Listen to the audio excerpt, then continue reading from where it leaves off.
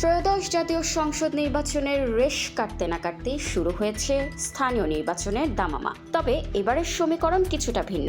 যে জোট সংসদ নির্বাচনে একসাথে লড়েছিল সেই জোট কি এবার ফাটল ধরছে? স্থানীয় নির্বাচনকে সামনে রেখে চরম এক কঠিন পরীক্ষার মুখোমুখি দাঁড়িয়ে জাতীয় নাগরিক পার্টি বা এনসিপি। সংসদ নির্বাচনে জোটবদ্ধভাবে অংশ নিলেও স্থানীয় নির্বাচনে এখন পর্যন্ত একলা চলনীতিতে এগোচ্ছে রাজনৈতিক দলগুলো। এর ফলে দৃশ্যমান হচ্ছে জামায়াত ইসলামী এবং এনসিপির মধ্যকার দূরত্ব। দুই দলই আলাদাভাবে নির্বাচনের প্রস্তুতি নিচ্ছে এবং ইতোমধ্যে মেয়র পদে নিজেদের প্রার্থীও ঘোষণা করেছে। রাজনৈতিক বিশ্লেষকরা বলছেন, এনসিপির কেন্দ্রীয় পর্যায়ে কিছু পরিচিত মুখ থাকলেও তৃণমূল পর্যায়ে তাদের সাংগঠনিক ভিত্তি এখনও নড়বড়ে। সংসদ নির্বাচনে জামায়াতের সমর্থন তাদের বড় একটি শক্তি ছিল, কিন্তু এবার এককভাবে লড়তে গিয়ে এনসিপি কতটুকু প্রভাব বিস্তার করতে পারবে তা নিয়ে সৃষ্টি হয়েছে সংশয়। তবে দমে যেতে রাজি নন এনসিপির কর্মীরা।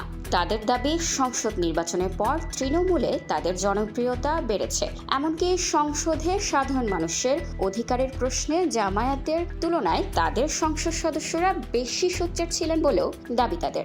এনসিপি ইতোমধ্যে বড় শহরগুলোতে মেয়র প্রার্থী ঘোষণা করেছে। ঢাকা উত্তরে আরিফুল ইসলাম আবিদ, দক্ষিণে আসিফ মাহমুদ সজীব ভুইয়া, কুমিল্লায় তারিকুল ইসলাম, রাজশাহীতে মোবাশ্বের আলী এবং সিলেটে আব্দুর রহমান আফজালকে মেয়র পদে লড়াইয়ের জন্য চূড়ান্ত করা হয়েছে। নির্বাচন কমিশন বলছে, গত সংসদ নির্বাচনে 3% বেশি ভোট পাওয়া এনসিপি এবার কতটুকু লাঙল বাইতে পারবে।